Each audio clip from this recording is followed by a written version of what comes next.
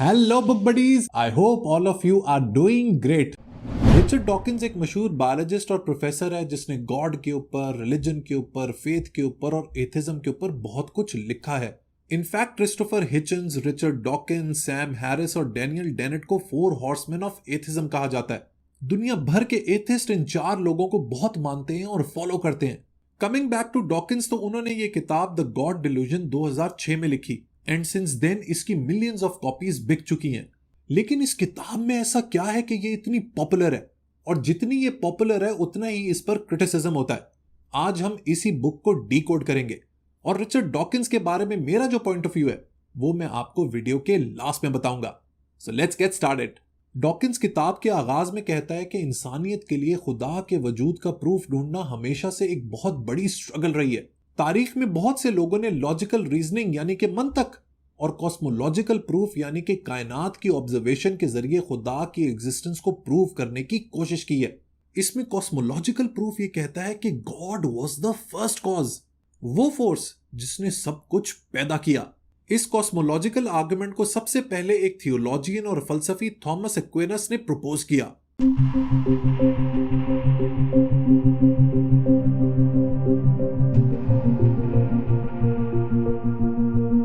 एक्विनस का कहना था कि एक वक्त ऐसा भी था जब किसी चीज का कोई वजूद नहीं था। इनफैक्ट टाइम यानी वक्त भी मौजूद नहीं था, और चूंकि अब वक्त भी है, इंसान भी है और कायनात भी है, तो इन सब को क्रिएट करने वाला कोई ना कोई क्रिएटर मौजूद है। सो कॉस्मोलॉजिकल प्रूफ ये अज्यूम करता है कि इस कायनात के पीछे कोई कॉज जरूर है और वो कॉज खुदा है। लेकिन इस आर्गुमेंट के ऊपर डॉकिंस तनकीद करते हुए कहता है कि ऐसा कैसे हो सकता है कि खुदा खुद किसी कॉज के बगैर पैदा हो जाए। कहने को तो वो एक फर्स्ट कॉज है यानी कि पहली इल्लत है, लेकिन इसके वजूद के पीछे भी कोई कॉज, कोई वजह होना लाजमी है। खुदा के वजूद को प्रूव करने के लिए एक और आर्गुमेंट का सहारा लिया जाता है जिसे कहते हैं ऑन्टोलॉजिकल आर्गुमेंट। इसे उर्दू में कहते हैं वजूदियाती दलील। ऑन्टोलॉजिकल आर्गुमेंट के हक में सबसे फेमस और पहला प्रूफ दिया सेंट एंसन ने इन द ईयर 1078। उसका आर्गुमेंट यह था कि अगर हमारा जहन किसी परफेक्ट बीइंग, किसी खुदा का तस्वर कर सकता है, तो ये लाजमी बात है कि उसकी एग्जिस्टेंस भी होगी। अगर ऐसा ना हो तो ये एक लॉजिकल एरर होगा। लिहाजा अगर मैं किसी परफेक्ट हस्ती के बारे में सोच सकता हूं तो उसका वजूद भी लाजमी होगा। डॉकिंस स्ट्रेट अवे इस आर्गुमेंट को रद्द कर देता है और कहता है कि यह सिर्फ लफ्जों का हेर फेर है।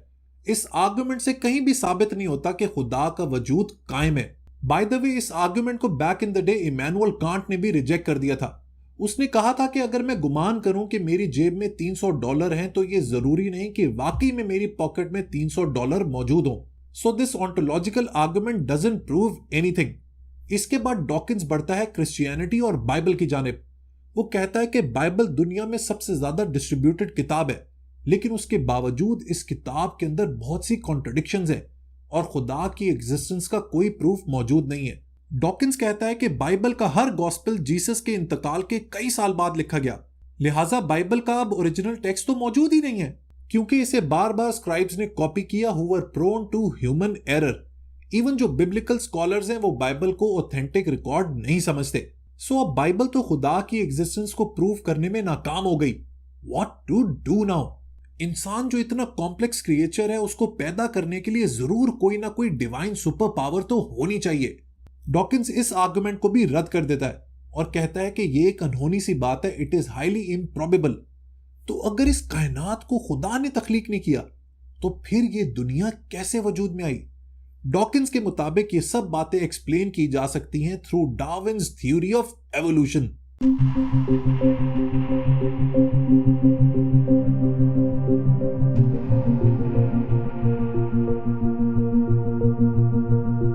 डार्विन की थ्योरी के मुताबिक जो दुनिया में सारी कॉम्प्लेक्स स्पीशीज हैं वो एक नेचुरल सिलेक्शन के प्रोसेस के जरिए वजूद में आई हैं। नेचुरल सिलेक्शन में हर ऑर्गेनिज्म को अपने एनवायरनमेंट, अपने माहौल के हिसाब से अडेप्ट करना पड़ता है, और जो अडेप्ट कर जाता है उसी की नस्ल आगे बढ़ती है, यानी कि सर्वाइवल ऑफ द फिटेस्ट।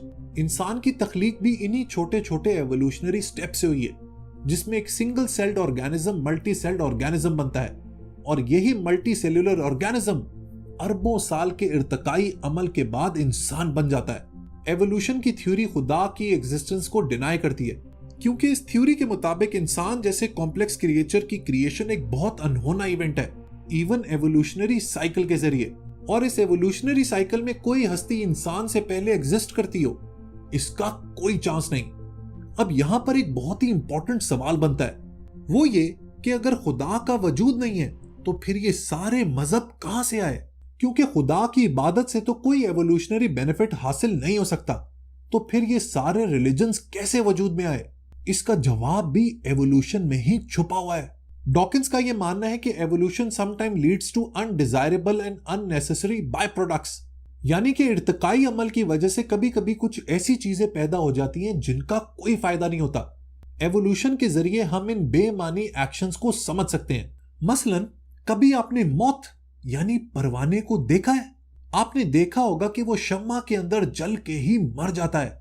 जब उसे पता है कि वो मर जाएगा तो क्यों ऐसी सुसाइडल अटेम्प्ट करता है? कभी आपने सोचा है? मौत के इस बिहेवियर के पीछे भी एवोल्यूशन है।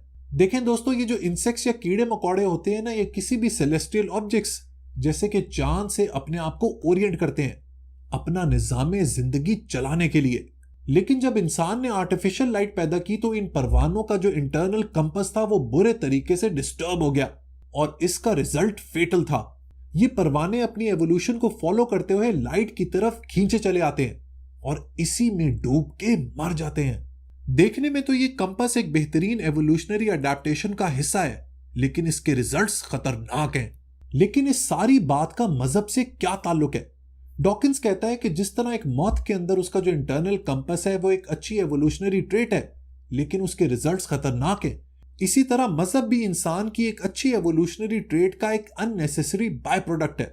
इस बात को आप समझें एक बच्चे और पेरेंट के रिश्ते से।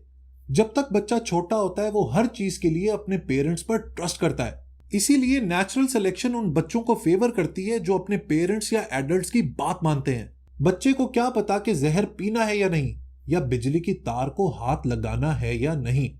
ऐसे में उस बच्चे के जो पेरेंट्स की एडवाइस है वो उसके लिए लाइफ सेवर बन जाती है। जिस तरह मौत का इंटरनल कंपस काम करता है, इसी तरह इंसानों का भी ये एक इंटरनल कंपस है। लेकिन इस कंपस का एक अननेसेसरी बाय प्रोडक्ट ये है कि बच्चे को जो भी इंफॉर्मेशन पेरेंट्स से मिल रही है वो कभी भी उसको वेरीफाई नहीं करता और उसी के ऊपर मनोअन चलता रहता है। यही चीज रिलीजियस बिलीफ्स को जनरेशन आफ्टर जनरेशन चलाती रहती है। इनफैक्ट ये जो ब्लाइंड फेथ है ये ही रिलीजन को बनाता है। इंसान को रिलीजन, फेथ और फलसफे की क्यों जरूरत पड़ी, इसके ऊपर मैं ऑलरेडी डिटेल वीडियो कर चुका हूं। आप मेरे आर्काइव्स में जाके ये वीडियो जरूर देखिएगा, इट्स वेरी इंटरेस्टिंग। सो साबित ये हुआ कि मजहब भी एवोल्यूशन का ही नतीजा है। इनफैक्ट जो हमारी अच्छाई है, जो हमारी हमदर्दी है, वो भी नेचुरल सिलेक्शन की वजह से है। बीइंग नाइस टू आवर किन is key to our survival. हमारी नेचुरल सिलेक्शन की बुनियाद हमारे जीन्स हैं और अपनी सर्वाइवल के लिए ये जीन्स बहुत सेल्फिश हो जाते हैं। They want to outlive everyone. लेकिन जब हमारे अपने खून, अपने फ्लैश एंड ब्लड की बात आती है तो it makes absolute biological sense कि ये जीन्स अच्छा बिहेव करते हैं। उसकी वजह यह है कि हमारे फैमिली मेंबर्स एक ही जेनेटिक पूल का हिस्सा हैं और इनका survival is key to reproducing our genetic code. लेकिन कहानी सिर्फ यहीं खत्म नहीं होती। हम लोग दूसरों के साथ भी इसीलिए अच्छा बिहेव करते हैं क्योंकि हमें एक्सपेक्टेशन होती है कि बदले में हमें कोई बेनिफिट मिलेगा। This is how selfish genes work. इसके बाद डॉकिंस फिर क्रिश्चियनिटी और बाइबल पर अटैक करते हुए कहता है कि क्या आप इस बात को एथिकल मानोगे कि आप किसी लड़की को एक एंग्री मॉब के हवाले कर दो जो पहले उसका रेप करें और फिर उसका मर्डर कर दें? Of course the answer will be no. लेकिन बाइबल के अंदर इस एक्ट को सराहा गया है। एक ऐसी किताब जो एक बेहतरीन किताब है, जो खुदा की किताब है, वो अगर एक ऐसे बिहेवियर को सपोर्ट कर रही है, तारीफ कर रही है, तो उसके मॉरल कोड को कैसे जस्टिफाई किया जा सकता है? इनफैक्ट ओल्ड टेस्टामेंट भरी पड़ी है ऐसी क्रूअल कहानियों से विच कॉन्ट्रोडिक्ट आवर मोरालिटी, जो हमारी इखलाकियात के खिलाफ है। इनफैक्ट डॉकिंस ये कहता है कि ओल्ड टेस्टामेंट को पढ़ के ऐसा लगता है कि खुदा एक क्विक टेम्पर्ड, एक वसीला, एक जेलस, एक बदला लेने वाला शख्स है जो उन वैल्यूज को प्रमोट कर रहा है जिनका मॉडर्न स्टैंडर्ड ऑफ बिहेवियर से कोई ताल्लुक नहीं है।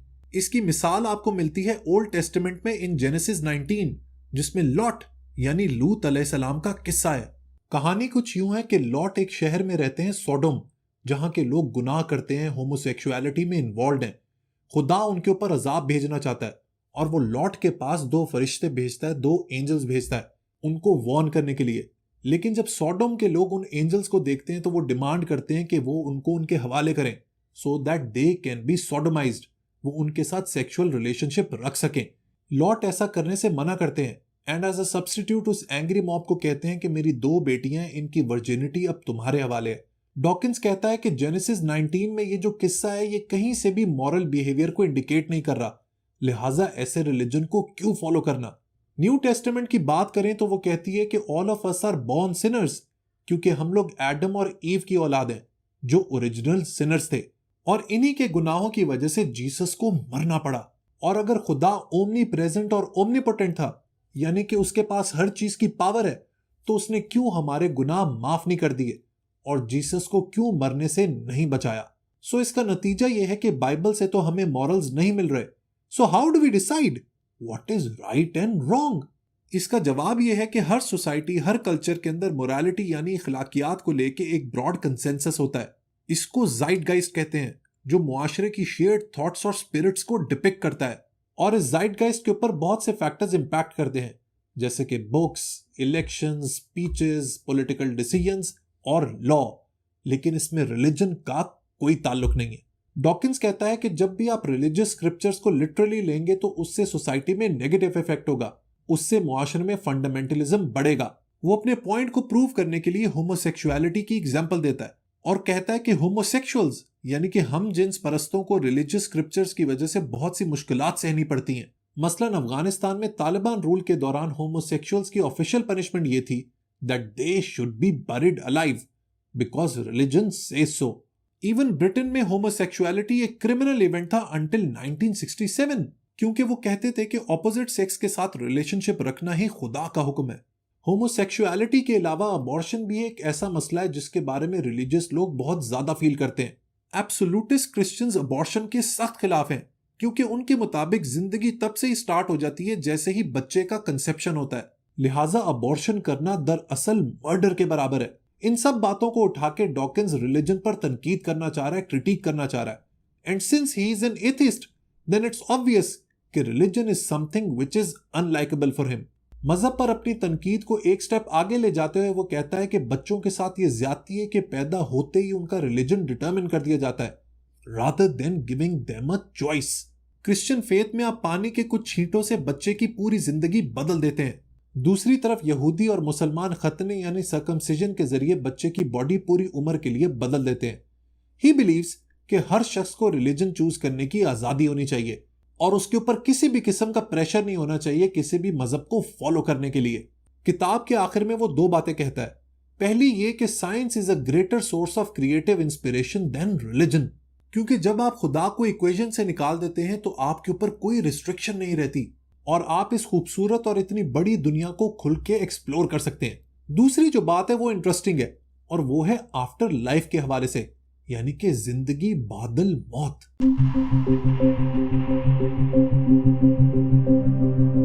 वो कहता है कि हर बड़ा रिलीजन ये कहता है कि मौत के बाद एक जिंदगी होगी और वो जिंदगी हमेशा कायम रहेगी और वो बहुत खूबसूरत होगी। वो कहता है कि अगर ऐसा है तो लोग मौत से क्यों डरते हैं, मौत से क्यों घबराते हैं, क्योंकि डेथ तो उनके लिए एक अपॉर्चुनिटी होनी चाहिए एक बेहतरीन लाइफ के लिए।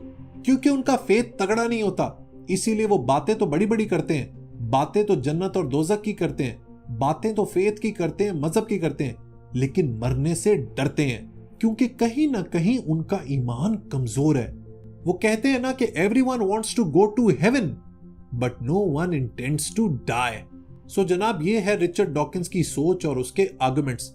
अब चूंकि मैं एक बिलीवर हूं, एक मुस्लिम हूं, तो इट्स ऑब्वियस कि मैं उसकी बातों से एग्री नहीं करता। इनफैक्ट मैं जब ये किताब पढ़ रहा था तो मुझे हंसी आ रही थी कि ये जो रिचर्ड डॉकिंस जिसको इतना बड़ा स्कॉलर बनाया हुआ है वो इतना नाइव, इतना इल इन्फॉर्म्ड कैसे हो सकता है। सबसे पहली वीकनेस उसकी इस किताब की यह है कि उसने सारा आर्गुमेंट बिल्ड किया है बाइबल और क्रिश्चियनिटी के ऊपर। उसने गॉड को लेके अपना पूरा आर्गुमेंट बिल्ड किया है जुडाइज्म और क्रिश्चियनिटी के रेफरेंस से। That means his knowledge is not complete. ना उसने हिंदू स्क्रिप्चर्स का एनालिसिस किया और ना इस्लाम का, जिसका रिजल्ट है half baked arguments which don't hold value. दूसरी एक और बड़ी वीकनेस सैम हैरिस और रिचर्ड डॉकिंस जैसे लोगों की यह है कि इस्लाम के बारे में उनकी नॉलेज बड़ी ही सुपरफिशियल है, बहुत सतही है। I am saying this with utmost unbiasedness. जो पॉपुलर कल्चर में उन्होंने इस्लाम के बारे में बातें सुनी हुई हैं, उन्हीं को स्टीरियोटाइप करके वो अपने आर्गुमेंट्स को बिल्ड करते हैं। Both of them are scholars but they don't know Arabic, जिसकी वजह से they can not make sense of religious scriptures. Especially कुरान को लेके आपको अरबिक जरूर आनी चाहिए अगर आप एक इंटेलेक्चुअल और स्कॉलर हो और ऐसी किताबें लिख रहे हो, क्योंकि अरबी जबान के अंदर एक लफ्ज के बहुत से मानी होते हैं। इस बात के चांसेस हैं कि शायद उन्होंने कुरान मजीद की थोड़ी बहुत ट्रांसलेशन पढ़ी हो, लेकिन यह बात तो सर्टन है कि उन्होंने इस्लामिक फिलॉसफी तो बिल्कुल नहीं पढ़ी। जब डॉकिंस साहब इस्लामिक फलसफा पढ़ेंगे तो उनको अंदाजा होगा कि ये जो टेलियोलॉजिकल, कॉस्मोलॉजिकल और ऑन्टोलॉजिकल आर्गुमेंट है अबाउट एग्जिस्टेंस ऑफ गॉड, इसको तो इस्लामिक फिलॉसफी बहुत पहले रद्द कर चुकी है। डॉकिंस मेरे भाई, अगर आपने खुदा के वजूद को प्रूव करना है ना, तो वो कभी भी लॉजिकल इंटेलिजेंस यानी कि अक्ल इस्तदलाली से नहीं हो सकता। खुदा की एग्जिस्टेंस प्रूफ होती है अक्ल वजदानी से, यानी कि इंट्यूशन से। इसके ऊपर मैं एक डिटेल्ड 25 मिनट की वीडियो बना चुका हूं, इसको आप लोगों ने जरूर देखना है। इनफैक्ट मेरी जो रिकंस्ट्रक्शन सीरीज है, it is a path breaking work of Islamic philosophy. इसका लिंक मैं डिस्क्रिप्शन बॉक्स में डाल दूंगा। रिचर्ड डॉकिंस अपनी इस किताब में लिखता है कि एथिस्ट को हैप्पी होना चाहिए, खुश होना चाहिए, अपने इंडिपेंडेंट माइंड को सेलिब्रेट करना चाहिए, क्योंकि वो मजहब की बंदिशों से आजाद हो चुके हैं। इससे भी यह बात साबित होती है कि उसने Quran concept of selfhood, individuality और खुदी को पढ़ा ही नहीं। अगर पढ़ता तो कभी भी ऐसा ना कहता। इनफैक्ट इस्लाम को तो छोड़े, उसने तो क्रिश्चियन थियोलॉजी को भी सही तरह नहीं पढ़ा। That's why I find his ideas very unattractive.